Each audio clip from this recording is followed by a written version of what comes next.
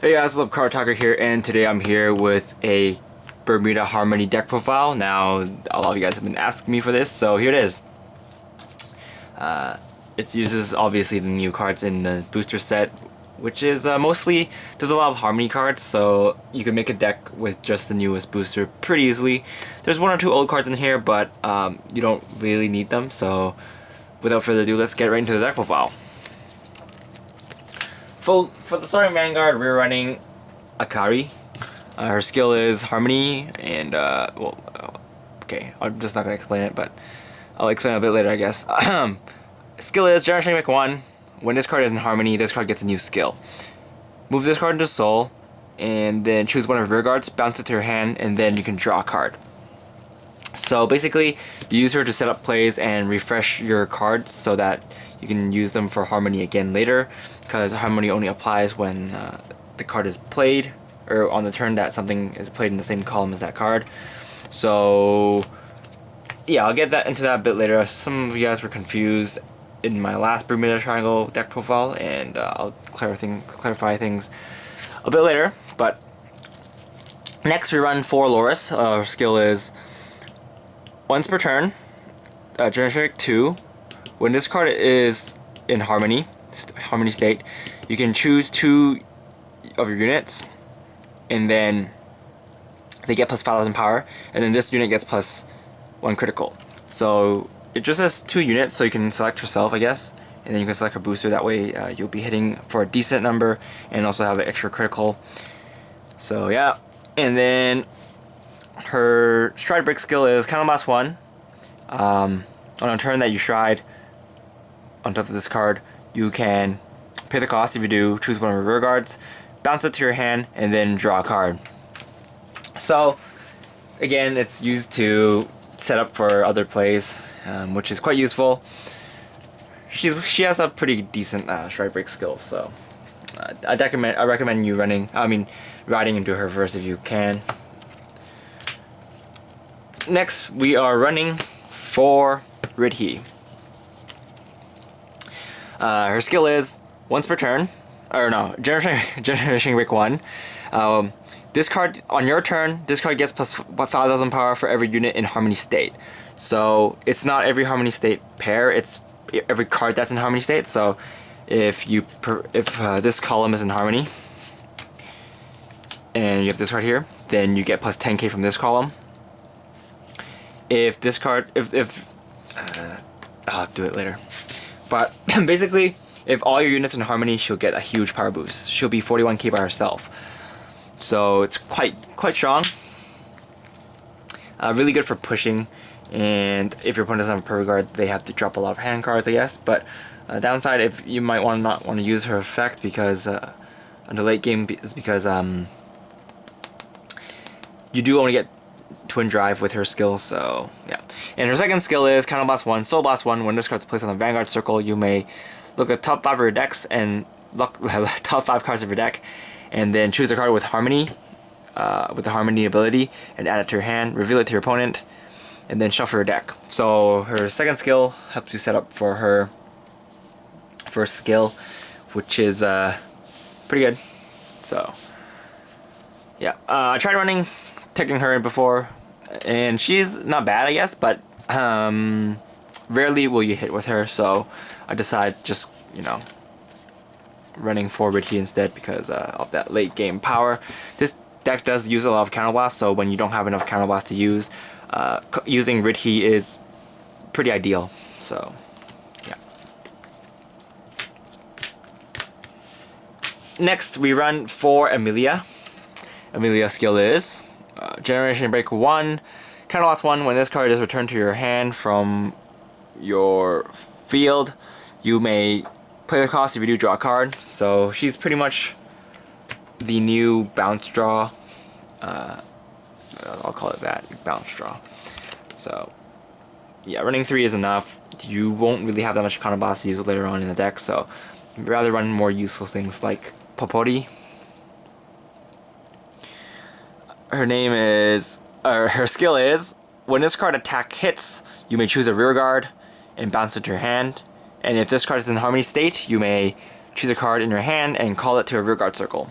So basically, she is a very good card to pressure your opponent because she does not cost any counterblast. So if you are in harmony state and you hit, you pretty much get a free attack if you already attack with another column. So not bad.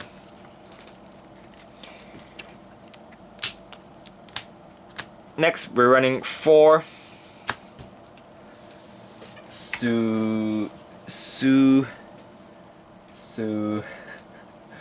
Spica. I think her name is Supika. Yeah. Her skill is, she's a key card for the Bermuda Triangle. It's when this card attacks and it's boosted, you may counterblast 1 if you do. Choose a rear guard and bounce it to your hand.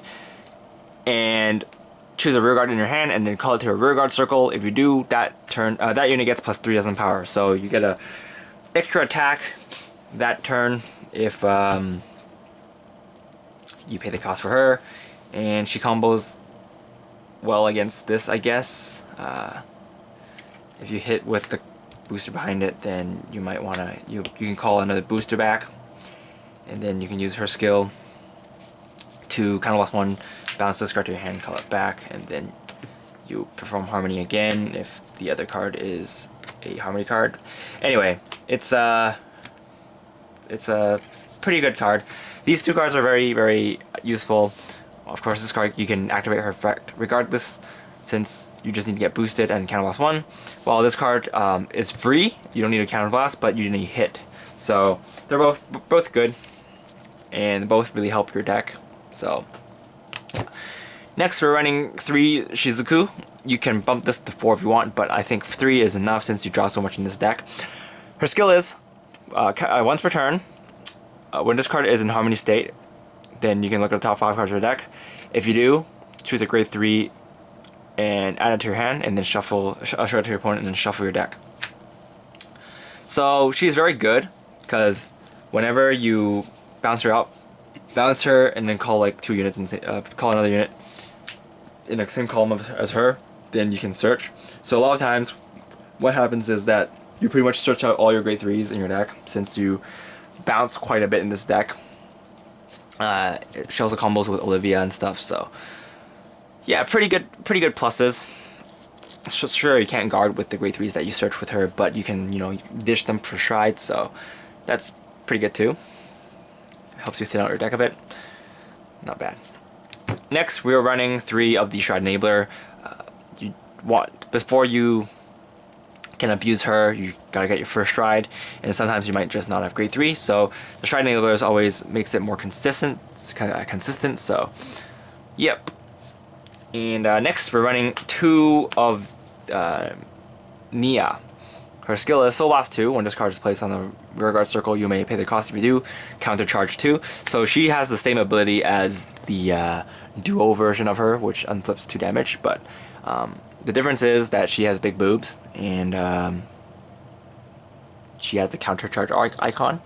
So yeah, you can run the old duo card instead, but I'm running her because I have them, and boobs. So yeah. Next, we're running 2 Yaru Maku.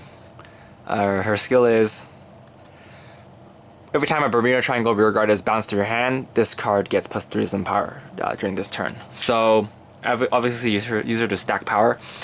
She's not super important in this deck, so you can run 2.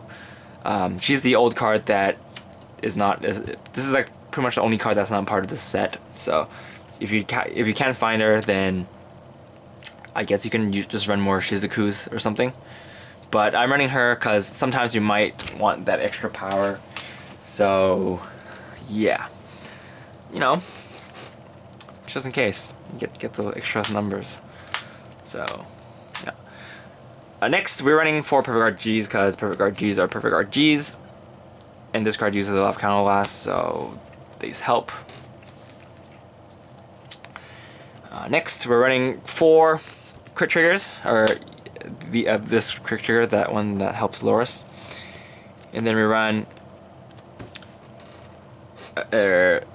4 of these triggers, and then, but they're also crit triggers, and then you can run 4 draw triggers. You can switch switch these out for crit triggers. which is what I'm planning to do. But they're here for now because a lot of times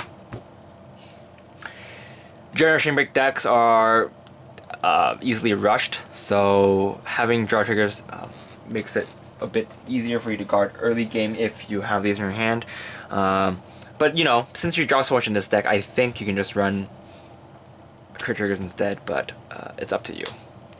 And of course, we're running 4 heal triggers because heal triggers are heal triggers. So there's that. So yeah, there are changes that you can make to this deck. This is just the build I like so far. The main thing I want to change is the triggers, or switch it to 12 triggers, 12 crit triggers, but for the most part this deck is pretty consistent. You can build up a very thick hand and just laugh at your opponent, but the main problem is that if your opponent can stall you, then you might deck out. Then yeah, because this deck doesn't have Legion, so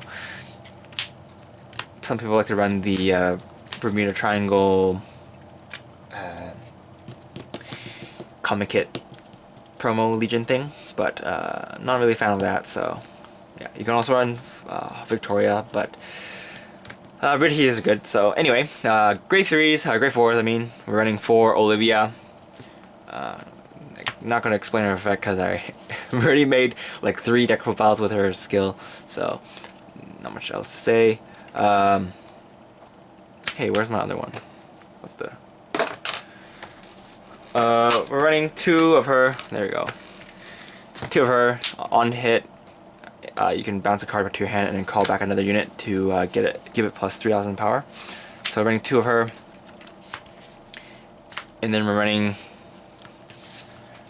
2 of these. Oh, actually no, one of them is actually supposed to be Blizz Up. Where'd it go? Screw it. Okay, this works, but you can run a Blizza instead. Yeah, doesn't really make too much of a difference, but because a lot of times you're not going to use Blizza. You might for her ability, but not really. So